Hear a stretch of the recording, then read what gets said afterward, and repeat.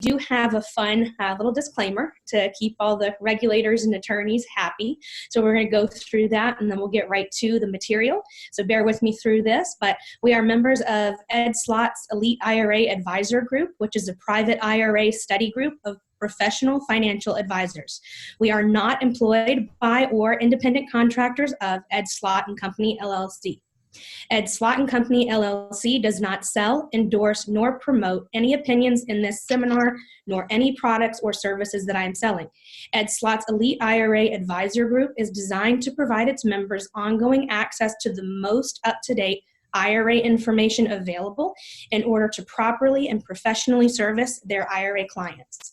However, Ed Slott Company, LLC is not responsible for any financial advice or services that we may provide to clients, and Ed Slott Company cannot guarantee that we have taken advantage of all of the resources and tools provided to the members of Ed Slott's Elite IRA Advisor Group. So now that we have that out of the way, without further ado, I would like to spend a moment just sharing with you for those of you who may not be familiar with Ed Slott Company, you're in for a treat today. If you haven't seen Ed Slott on GPTV, try to pick him up there. He's got a lot of great programs that he is very good about keeping updated on the ever-changing tax laws and everything that just continues to change. So we're going to cover as much as we can in a relatively short period of time today. But just for those of you who aren't familiar, Ed Slott Company, if you'd like to take down his website, it is IRAHelp.com. And according to the Wall Street Journal, he's our country's leading expert on retirement accounts and tax laws. And today we have a very special guest who I'd like to go ahead and introduce to you now. Her name is Sarah Brenner, and she is one of the technical consultants that is going to be joining us live for questions both that you have already asked, and we have questions coming in through that chat feature already today. So we are going to get to just as many of those as possible. We're going to start with the most frequently asked questions and get through just as many as we can. If we don't have the opportunity to address your question, we will do so one-on-one when we are finished today. So what we'll go ahead and do, if you could go ahead to the next slide there, Daniel, please. You will see the information there for you about Miss Sarah Brenner. She's the Director of Retirement Education for Ed Slott, graduate of Smith College, graduate of Villanova School of Law, and a member of the Pennsylvania Bar.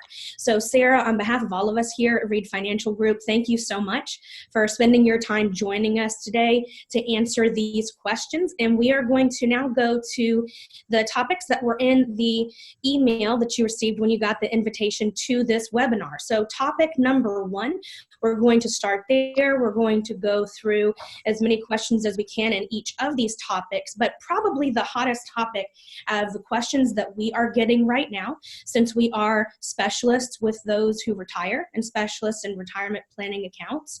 What you will see here is with regards to the required minimum distribution. So for those of you who now are 72 or older, there are a couple little provision changes that have happened we'll get to as well.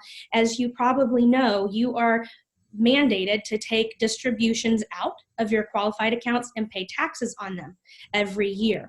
So what has taken place, as it did back in 2009, is that for the year of 2020, required minimum distributions have been waived. So you do not have to take your required distribution this year. This is of particular interest to those who are forced or mandated to take those distributions and decide that they don't want to because of tax implications. So what you'll see here, the waiver that applies is for traditional IRAs. This also applies to workplace plans. It applies to SEPs, Simples, 401ks, 403bs, 457s. A couple of other frequently asked questions that we are getting is that this does not this waiver does not pertain to defined benefit plans. So if you have a defined benefit plan, you do not have an exemption here. However, with inherited Roths and inherited traditional IRAs, you do have a waiver. We're going to speak in a little bit here about what to do if you've already taken that RMD. We'll get to that in just a few moments, but I have a question here from Beverly, and she said, if you don't take RMDs in 2020, does this mean that you have to take more than is required in 2021? Sarah, could you please address that for us? Sure, April. This is a question that we've actually been getting a lot. A lot of people are concerned that if they don't take the 2020 RMD, they're going to have to take more in 2021. That is not the case. We have an RMD waiver. It's not a postponement. It's a waiver. So that means you don't have to take your RMD this year, and you're not going to have to take more next year. Thank you for that, Sarah. And Beverly, if you have any other specific follow-up questions to that, please certainly let us know. We have a question from Susan that is very similar, but a little bit of a different take on it. What will happen in 2021 if I do not take an RMD this year? So Sarah's just addressed that for us. Will the RMD be based on IRA balances the end of the year 2019, 2020, or both? Sarah? There's no doubling up. When you take your RMD in 2021, it will just be based on your December 2020 balance. So this year, you get to skip your RMD, and it doesn't mean that you need to double up next year. Thank you. So it will be then based off of the end of the year 2020 balance. That's correct. Yes. Thank you very much. And another question that we had from Bertie and from a couple of others as well is whether or not it's a good idea to skip your required distribution in 2021. And as is often the case, this is a highly individualized answer. It can make sense if you do not want to take that distribution, you are paying taxes on it. There are some other areas of opportunity that this little loophole also provides, which we are going to get to in just a moment. But additionally, there are still qualified charitable distributions that I'd like to cover while we're on this topic. Sarah, can you just speak for a moment for us on the qualified charitable distribution and whether or not there's any change with that? Just explaining what it is and if there are any changes, please. That's a great question. QCDs, qualified charitable distributions, are still available, even though RMDs have been waived for 2020. And for a lot of people, they remain a great strategy. If you want to be charitable, if you're charitably inclined, you can transfer tax-free up to $100,000 from your IRA to the charity of your choice. And that strategy, it's still available even though RMDs have been waived. Thank you very much for that, Sarah. So looking here at some additional questions coming in, those have already been addressed or placed in the part of the presentation where we'll address those. So I'm going to turn things over to Abby, co-COO of Reed Financial Group, and she is going to cover topic number 2 for us. Thank you very much, April and Sarah. Got us off to a great start. So now that we've talked about not having to take RMDs this year in 2020, a lot of our clients have reached out saying, well, what if I already have taken my RMD and now it's changed? And so what should I do? What can I do? So we're going to talk about that next. So say you've already taken all or part of your RMD for this year. You can actually, there are some opportunities to be able to put that money back into your retirement account as long as it meets certain criteria. So it has to meet the criteria of being a rollover. So I'll have Sarah speak about this in just a second, but a rollover has to be if you've taken your RMD and you want to roll it back into your account, so you don't want to take the RMD, it has to be within 60 days. These are the guidelines so far. It has to be within 60 days, and you have to have not done any other rollovers within the previous 365 days. So that's for retirement accounts, so IRAs, 401ks, those type retirement accounts that April outlined just before this. So we got a question from Steve that asked about inherited IRAs and inherited Roth IRAs. What if you've already taken your distribution for the year from those? Unfortunately, with non-spouse beneficiaries, if you're a non-spouse beneficiary and have an inherited IRA or Roth IRA, once the money is withdrawn, the money has to stay withdrawn. So there's a little bit of difference with the inherited IRAs and the inherited Roth IRAs. So we have a question, a detailed question about that scenario where you have taken an RMD, maybe you withheld the taxes already. A lot of people like to do that.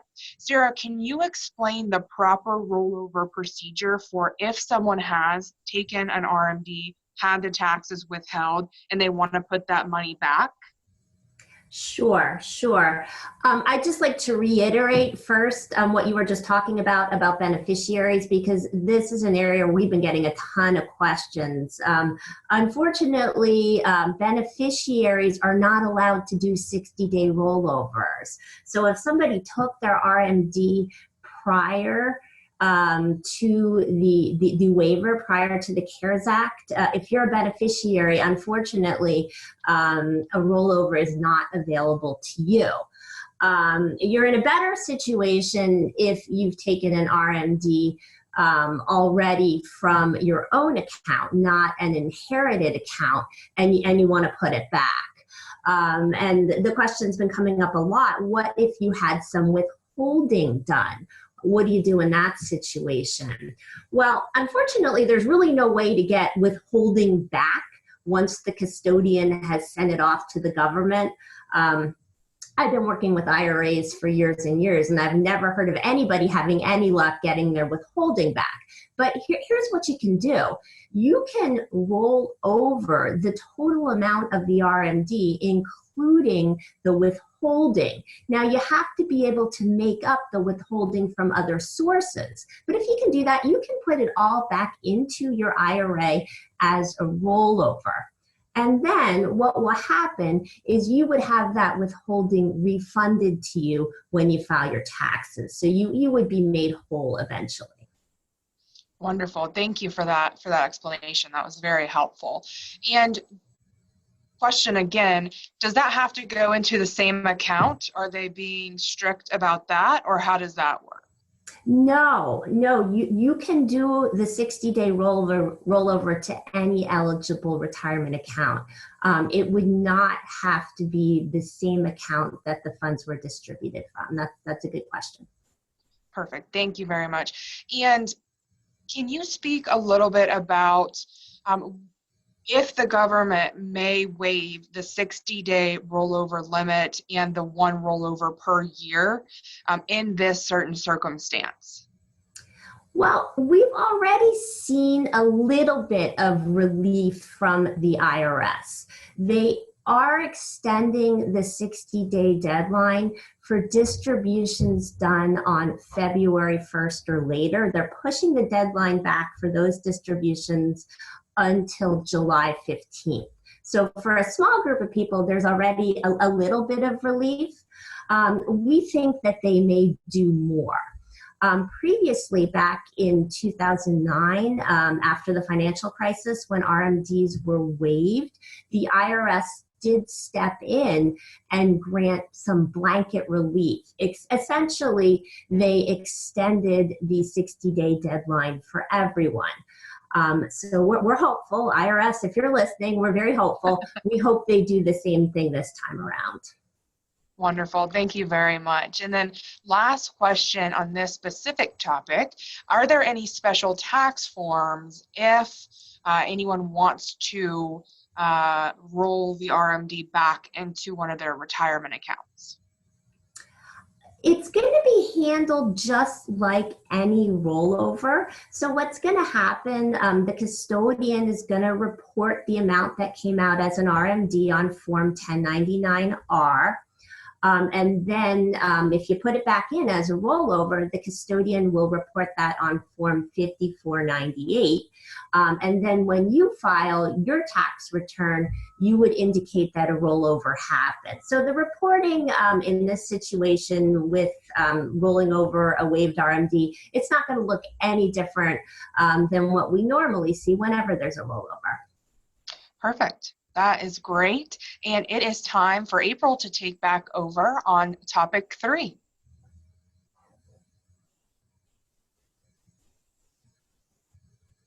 April, unmute your mic.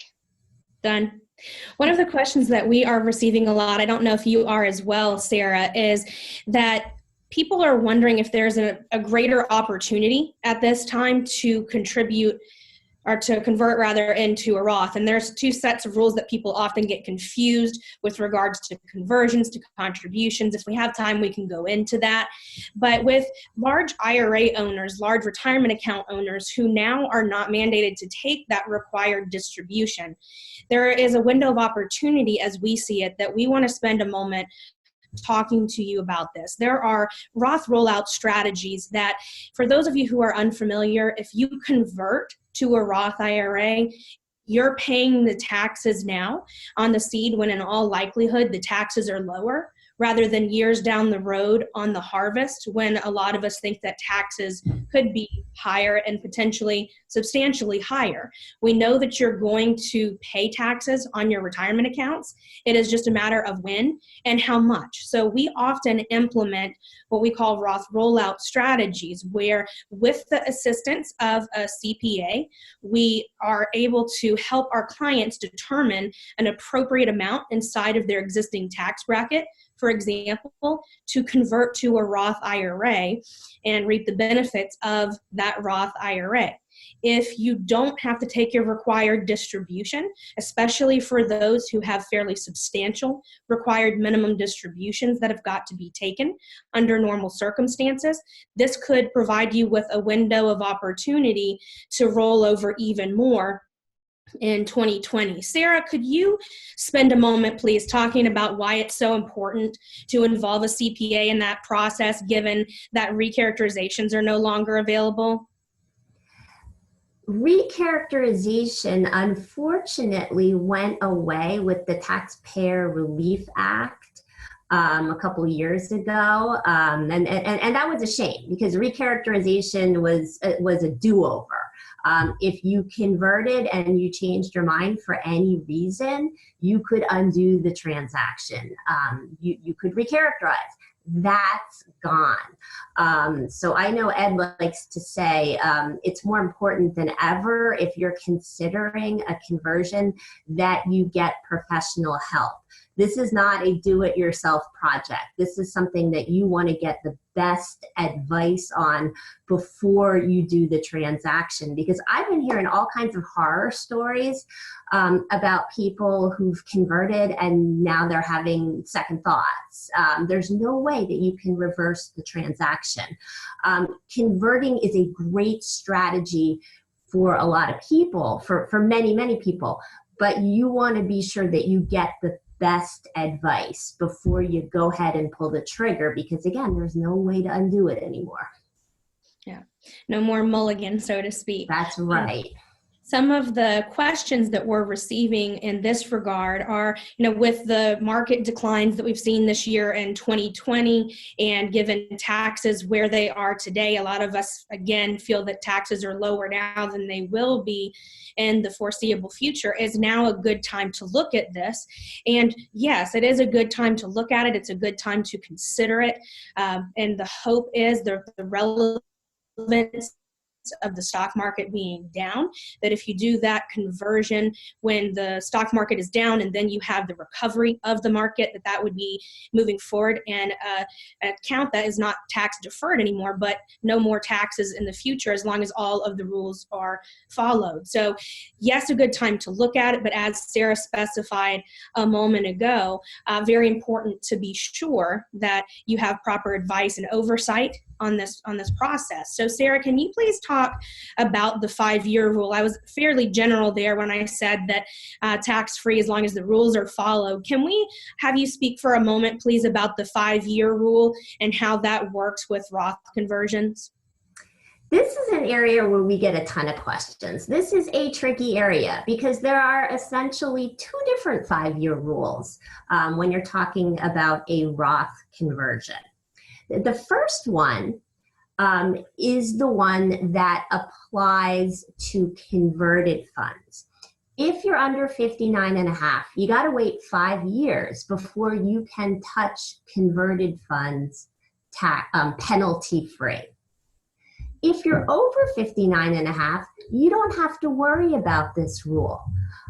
You can always touch your converted funds penalty free. It's only people under 59 and a half that have to wait out a 5-year holding period before they can access their converted funds without worrying about the 10% penalty. So that's one 5-year rule.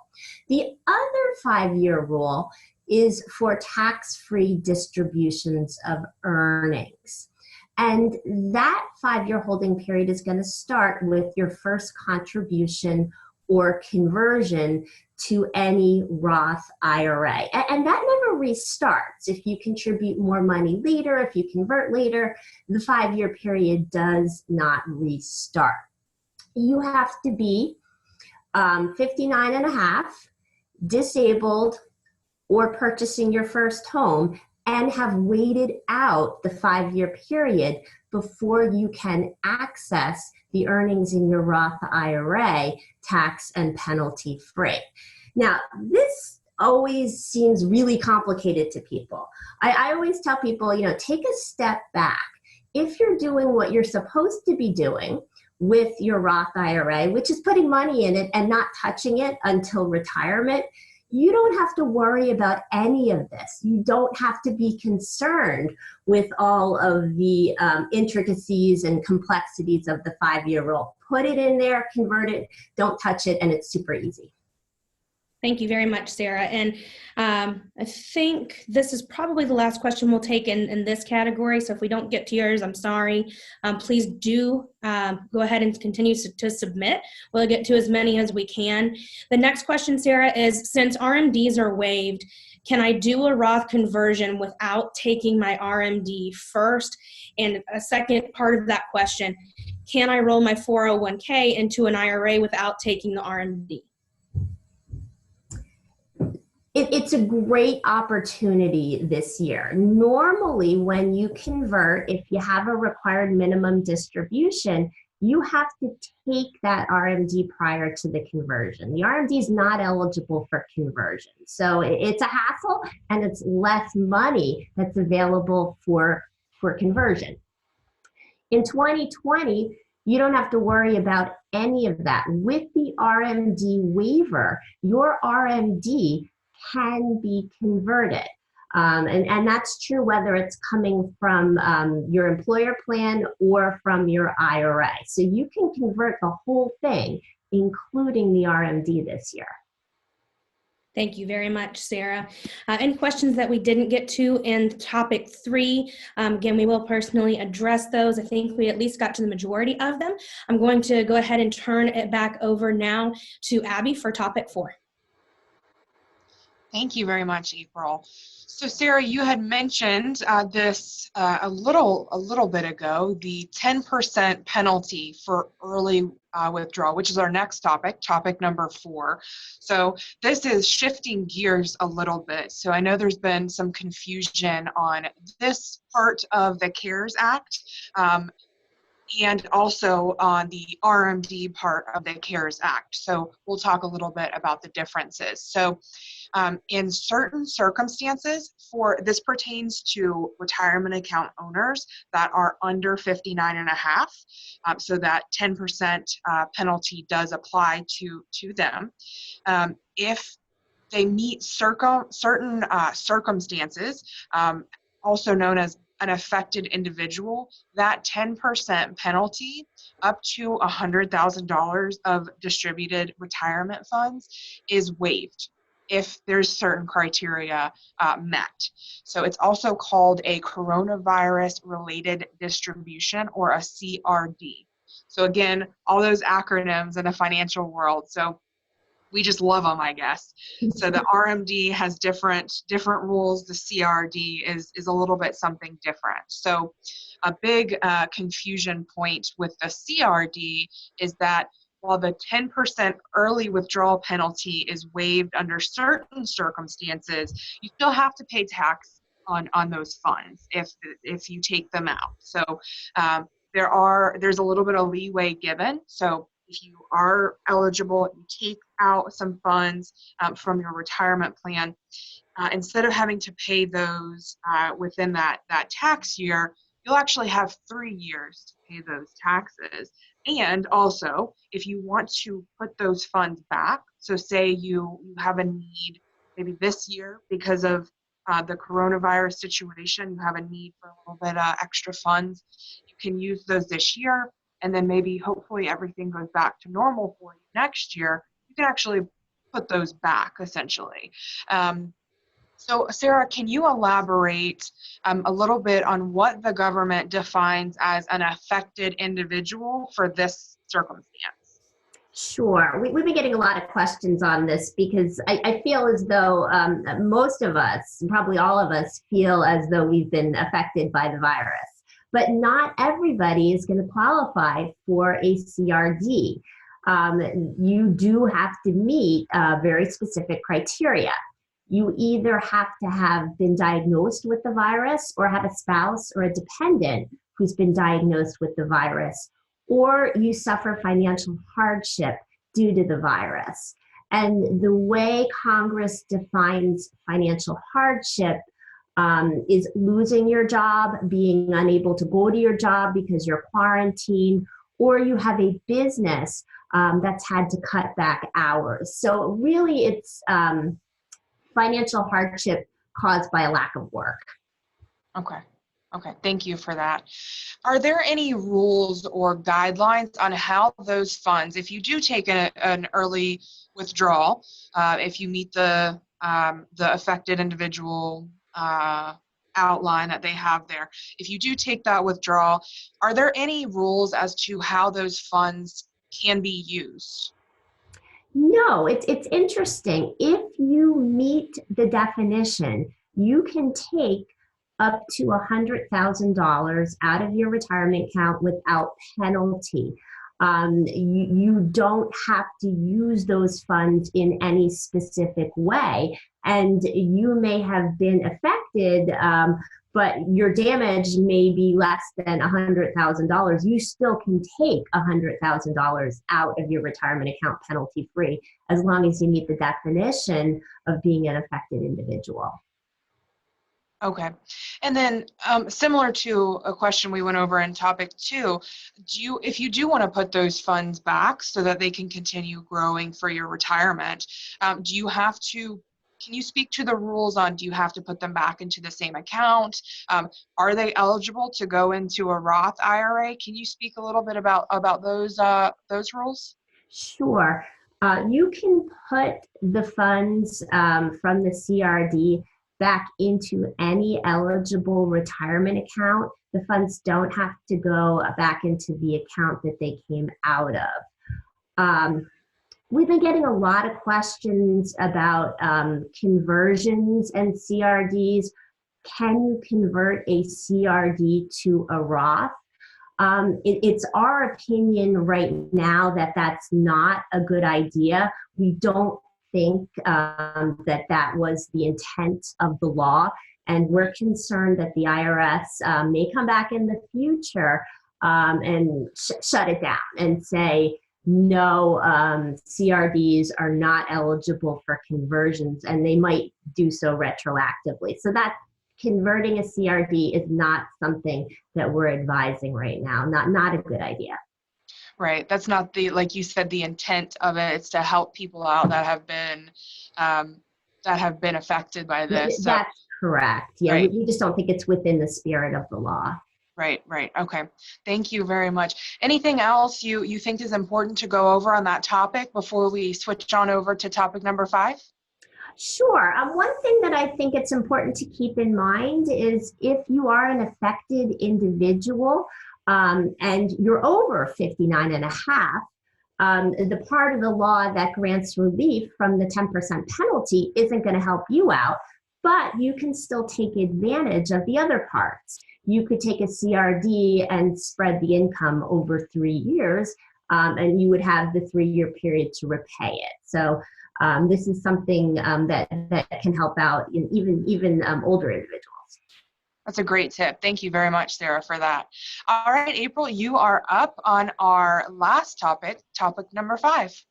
Thank you very much. And Sarah, I'm going to have you speak to this one as well here, because Larry, this is really what you were asking about when you submitted your question earlier in the program. So we'll cover this to the best of our ability in the time that we have right now. And any questions that you have pertaining to the difference between the Secure Act and the CARES Act and how they potentially collide a little bit, then you can certainly let us know. I would like to back up a little bit and just speak about the Secure Act and one of the biggest ways that this impacted our clients and their families. And that was the act that was passed back in December before all of this started. And it pushed back that required minimum distribution date to 72 from 70 and a half. And it also impacted the way that beneficiaries can receive their inheritance from qualified funds. There are exceptions to this type of beneficiary who must do this, but in many circumstances, for example, your children, your grandchildren, if they do not qualify for an exception, will have to pay out their inheritance over a 10-year period instead of the previous advantages that were available under the stretch. So, Sarah, what we'd like to have you talk about here, one is why the definition of required minimum distribution is important versus the 10-year rule. And to your knowledge, if there's been anything with the CARES Act waiving the required minimum distribution that has any impact at all on how beneficiaries now have to take that distribution over a 10-year period. Yeah, it's been a busy few months for Congress. We started the year with the Secure Act, then we got the CARES Act. So they've been keeping us busy. And as you mentioned, probably one of the most significant parts of the Secure Act was really the elimination of the stretch IRA for most people.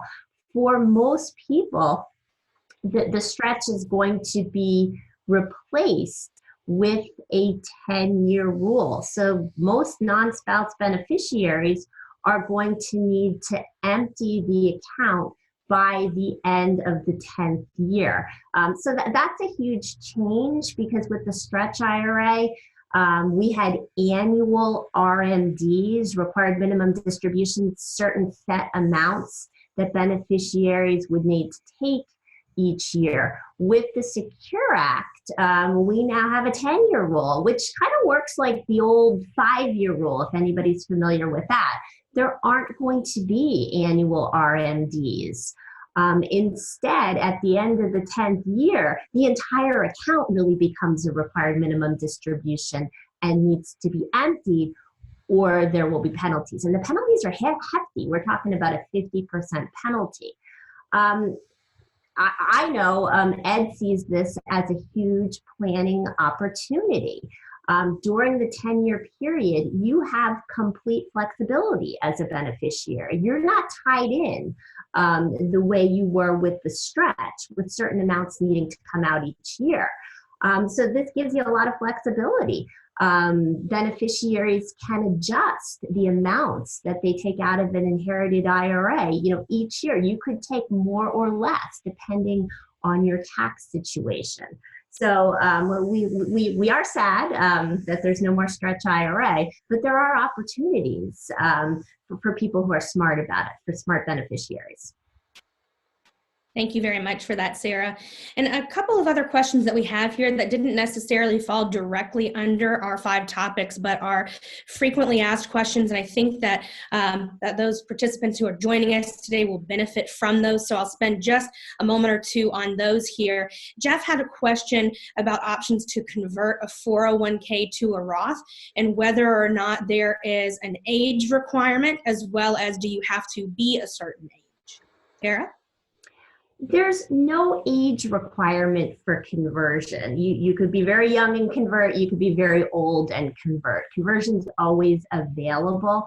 However, if you're talking about converting a 401k to a Roth IRA, in order to do so, you have to be eligible to take a distribution. So it's quite possible that if you're under a certain age, you don't have access to those funds, and that's why you can't convert them to a Roth IRA. Thank you, Sarah. And a question from Michael here about, says here, what is the maximum amount of traditional IRA money that I can convert to a Roth account this year? There's no maximum. It's up to you. I think it's important to remember, because I do think this misconception is out there, that you have to convert your entire traditional IRA. That's not the case. You can do partial conversions, and sometimes that can be a great strategy. Convert a little bit each year. I'm sure you see that often. A lot of times people don't want to take a big tax hit in one year. It makes more sense to do a series of partial conversions over a number of years. Thank you for that, Sarah. And Abby, I don't know if you have any other questions as well. I know you had a few important closing items for us, so I'm going to turn it back over to you.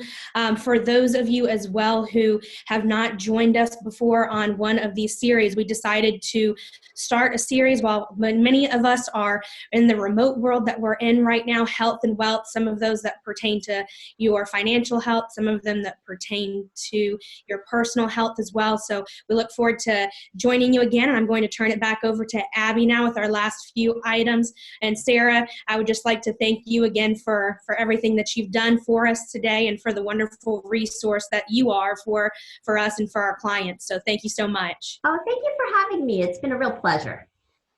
It really has, Sarah. You are an invaluable resource to us. Your knowledge of the technical aspects of all of these laws, especially like you mentioned, they're coming out so fast right now. You and the whole team at Ed Slott can really dive into them and just do a great job with that. So I think we only have one more question before we go on to wrap up, and it pertains to a little bit something different. It comes from Tom, and he is wondering if there is any tax liability associated with the $1,200 government, the stimulus check, as it's referred to a lot of the times.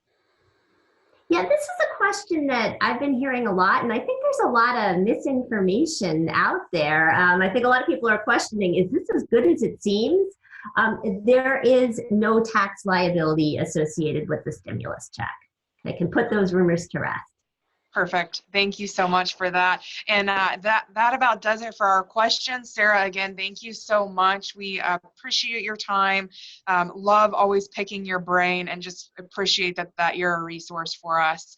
So for the clients that have joined us on our Health and Wealth Part 2 of our series, your advisory team is already working on your portfolio in respect to the Secure Act, that happened in December of last year, as well as this new CARES Act. We will reach out to you to let you know if anything needs to be done, if there's any action items, or if there's any opportunities that have become available that are a good fit for you. For those that have not yet joined the Reed Financial Group family, we want to give you the opportunity to speak with April or myself to go over your unique situation. So like Sarah mentioned, there is a lot of misinformation and really not that much information out there about these two acts that have just been passed that have really been sweeping changes to the retirement account realm. So we're going to give you the opportunity to talk to one of us. We want to be able to help you with your unique situation. Our team is going to send out an email with a link where you can go and schedule that call with me and or April. So we'd love to see you there. If you need help, we're here for you guys. We miss our clients. We miss seeing you guys on a regular basis. Thank you so much for joining us. We know that there's a lot of things online that you could go and do right now or watch Netflix, and we just really appreciate you spending your time with us. We hope to see you again in part 3 of our health and wealth series. And stay safe, stay healthy, and have a great rest of your day.